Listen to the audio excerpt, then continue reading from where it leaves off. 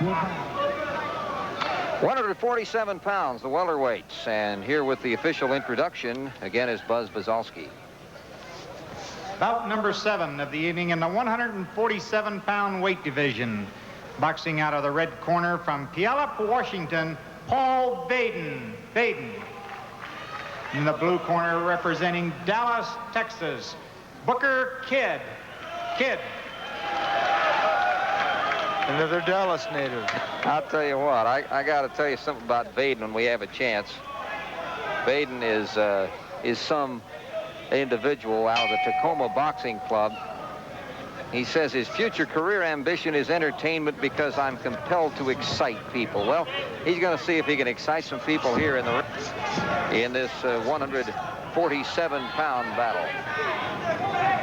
Both of these fellas won big, apparently big, at least 5-0 on the judges' card in their semifinals. Raul Marquez of Houston went down to Vaden, and Arnold Williams of Berkeley, California was beaten by Kidd. Booker Kidd is 22 years old. Paul Vaden, 20. San Diego. It is perhaps interesting to note that Kidd wearing the colors of the Dallas Cowboys. And he's from Dallas, the blue and the silver.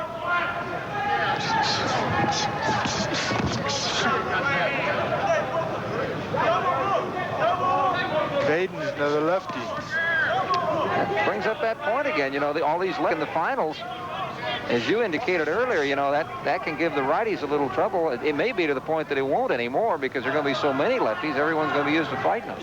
Well, it would seem they each has an imposing advantage, both open to the big punch, to the left and right to the right. But the lefty has the overall advantage because he's used to fighting more opposing fighters. Yeah, he's used to more right-handed opponents than the right-hander is to lefties. I guess it's getting almost a ball with the percentages.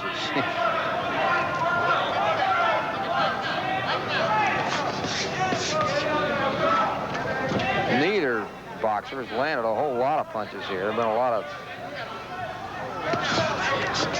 swings and a lot of kind of contacts, but not really good punches.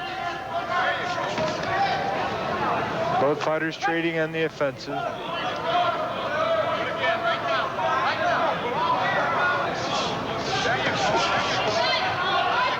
Bad Paul Vaden in the red. Tom Mustin is his coach in Tacoma.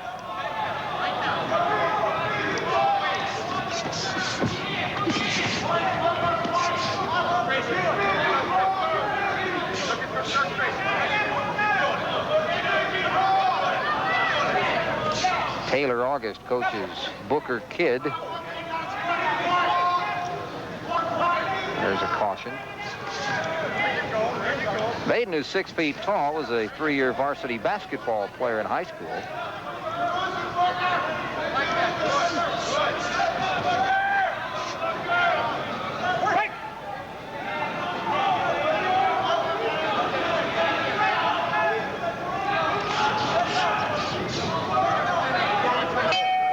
And that's the end of the first round as Vaden and Kidd go back to their respective rings. Booker Kidd's got his head on straight, Greg. If he makes it in boxing, he wants to get his college degree. Well, that's a good idea. That's, of course, exactly what you did. SMU, after, I don't know, did you finish it before you started your boxing career? Or did you finish it during your boxing career? During. I squeezed a 4-year college program into 8.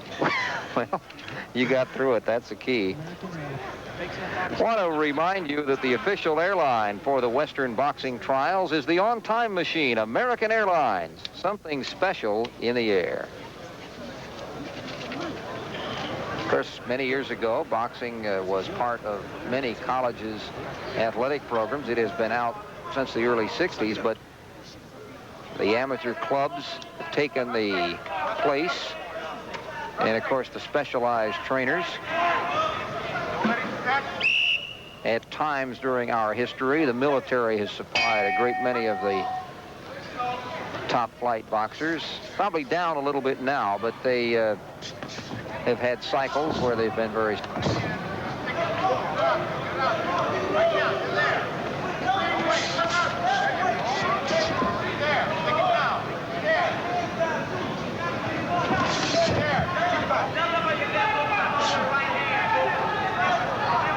the second round of the three.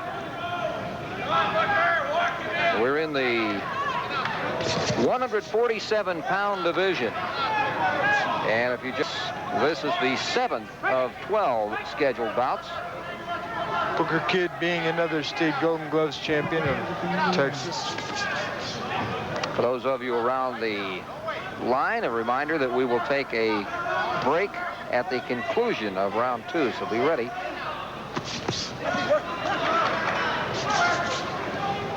In the 156-pound division, which we have coming up next, we will get a look at Tate, Frank Tate's brother.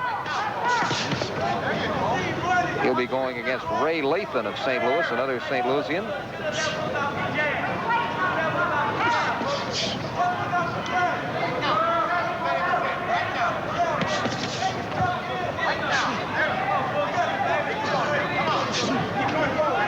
Right now we've got State of Washington against Dallas, Texas here.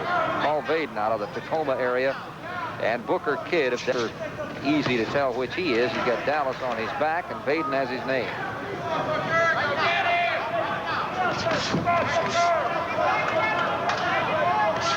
Pretty good, quick little left now.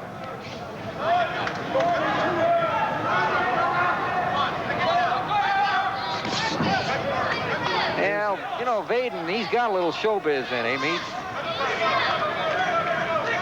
He's got that open mouth style like our last bout.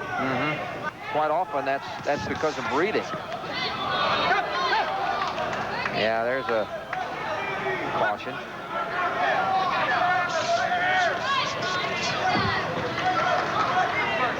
Not nearly as physical a fight as our last couple.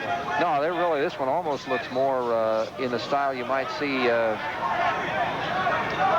pro bout earlier. We're not seeing nearly as many punches thrown. We're nearing the end of the, we'll stand by for a break.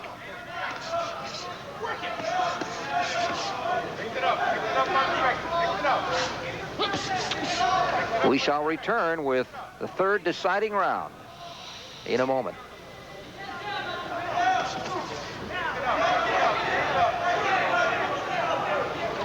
We'll be back. Round 3. In a close one.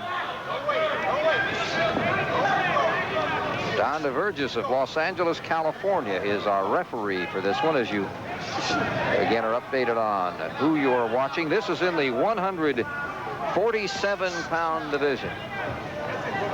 And again, the significance of this tournament is that winners of this tournament qualify for the Olympic trials. One of several ways to make it to the Olympic trials.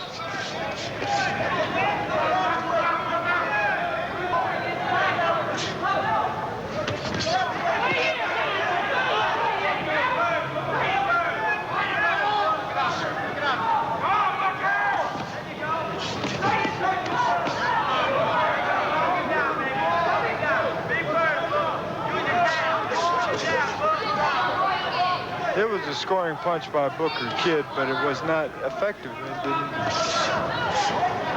There have not been, comparatively speaking, comparing this bout to we've seen earlier, there have been a lot less scoring punches.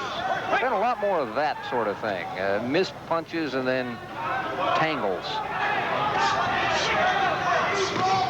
See, we haven't seen one, none yet, that have been thrown by these two in this little series. Semi.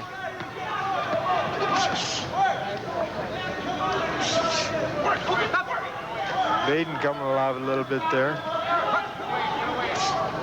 Of course, what makes it real tough for the judges in this, I would have to think, Terry, is they've both been so even, but yet not even in necessarily a positive way all the time. And they can't give it to one man for being more aggressive, more defensive. They're both even all the way. But they'll give it to somebody. Somebody's going to win it. Well, they may have shown their all in their semifinal bouts. Saying take one away.